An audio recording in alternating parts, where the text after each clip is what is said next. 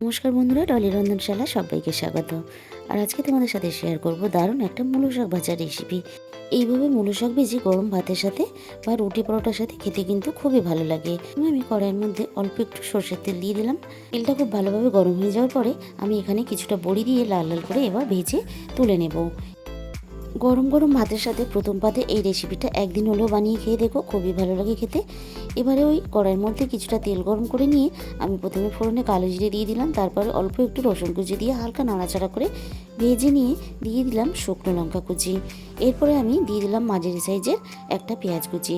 পেঁয়াজ আর রসুনটা আমি আবারও খুব ভালোভাবে লাল লাল করে ভেজে নেব। এরপরে আমি দেখো কেটে রাখা মূলো শাকগুলো দিয়ে দিলাম। মূলো শাকগুলো দিয়ে হালকা নাড়াচাড়া করে এইভাবে 2 থেকে 3 মিনিট ভেজে নেব। এবারে আমি স্বাদ মতো লবণ দিয়ে দিলাম। 2 থেকে 3 মিনিট আমি মূলো শাকটা নাড়াচাড়া করে নিলাম। এরপরে দেখো মূলো শাক থেকে যে জলটা বেরিয়েছে আমি মাঝখান থেকে ফাঁকা করে একটু জলটা টানিয়ে নিলাম। আবারও আমি মূলো শাকটা নাড়াচাড়া করে ভেজে নেব। এরপর দেখো আমি মূলো শাকের মধ্যে অল্প একটু হলুদ গুঁড়ো দিয়ে দিলাম।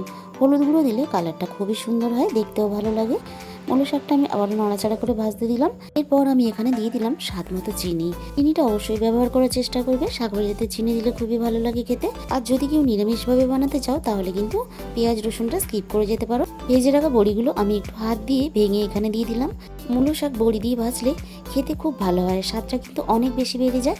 শাক ভাজা আমার রেডি হয়ে গেছে। আজকের এই রেসিপিটা যদি ভালো লেগে থাকে তাহলে বন্ধুরা অবশ্যই ভিডিওতে একটা লাইক করো আর আমার চ্যানেলটাকে সাবস্ক্রাইব করে পাশে থাকার অনুরোধ রইল।